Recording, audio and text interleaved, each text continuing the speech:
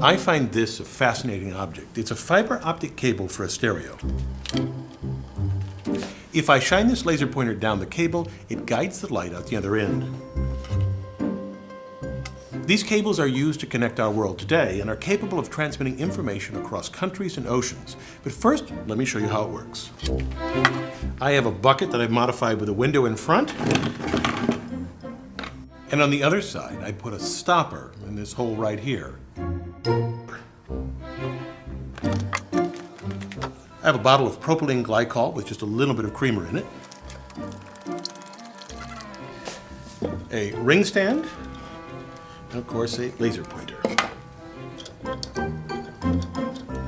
Now, keep your eye on this plug when I turn out the lights.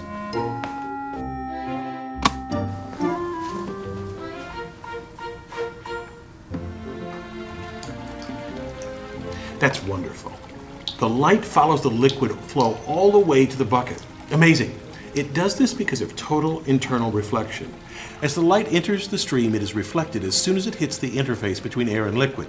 You can see here the first reflection, and then the second, and the third. This occurs because there's a difference between the index of refraction of the guide material, here propylene glycol, and the outside, air in this case. Recall that any time light strikes a surface, it can either be absorbed by the material, reflected from it, or pass into and through it. The latter we call refraction. It's easier to see from a top view. Reflection and refraction can happen at the same time, but if a light ray hits the surface at an angle greater than the critical angle, it will be completely reflected and not refracted. For this propylene glycol and air system, as long as a beam hits the surface at an angle greater than 44.35 degrees, measured from the normal, it will propagate down the stream via total internal reflection.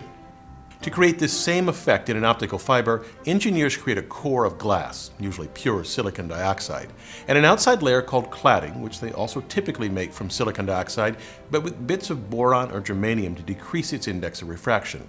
A 1% difference is enough to make a fiber work.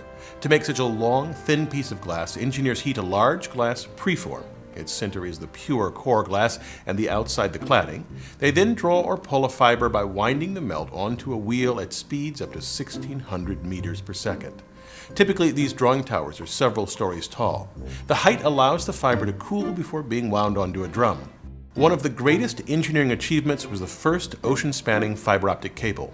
Called TAT-8, it extended from Tuckerton, New Jersey, following the ocean floor over 3,500 miles until branching out to Whitmouth, England, and Ponmarsh, France. Engineers designed the cable carefully to survive on the ocean floor. At its center lies the core. Less than 1/10 of an inch in diameter, it contains 6 optical fibers wrapped around a central steel wire. They embedded this in an elastomer to cushion the fibers, surrounded it with steel strands, and then sealed it inside a copper cylinder to protect it from water. The final cable was less than 1 inch in diameter, yet it could handle some 40,000 simultaneous phone calls. The essence of how they send information through a fiber optic cable is very simple. I could have a prearranged signal with someone at the other end. Perhaps we'll use Morse code, and I just block the laser so that the person at that end sees flashes that communicate a message. To transmit an analog signal like voice from a phone call along the cable, engineers use pulse code modulation. We take an analog signal and cut it up into sections and then approximate the wave's loudness or amplitude as best we can. We want to make this a digital signal, which means discrete values of loudness and not just any value. For example, I'll use 4 bits, which means I have 16 possible values for the loudness.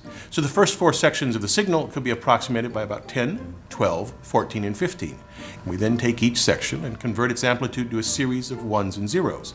The first bar of value 10, when encoded, becomes 1, 0, 1, 0. We can do this for each section of the curve. Now, instead of looking at the green waveform or even the blue bars, we can think of the signal as a series of 1s and 0s organized by time. And it is that sequence that we send through a fiber optic cable, a flash for a 1 and nothing for a 0. Of course, the exact method of encoding is known at the receiving end, so it is a trivial matter to decipher the message. Now, you may be wondering how a laser pulse can travel nearly 4,000 miles across the ocean. It doesn't without some help because the light will escape from the sides of the fibers. Look back at our propylene stream. Here's how the light attenuates as it travels.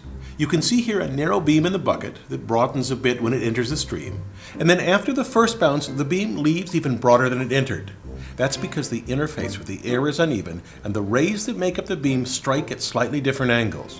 When that beam makes its second reflection, those individual rays diverge even more until by the time it reaches the third bounce, many of the rays are no longer at the critical angle and can exit from the sides of the stream. Here it happens in a few inches, but in a cable like Tat8, the signal travels a stunning 50 kilometers before it needs to be amplified. Absolutely amazing. I'm Bill Hammack, the Engineer Guy.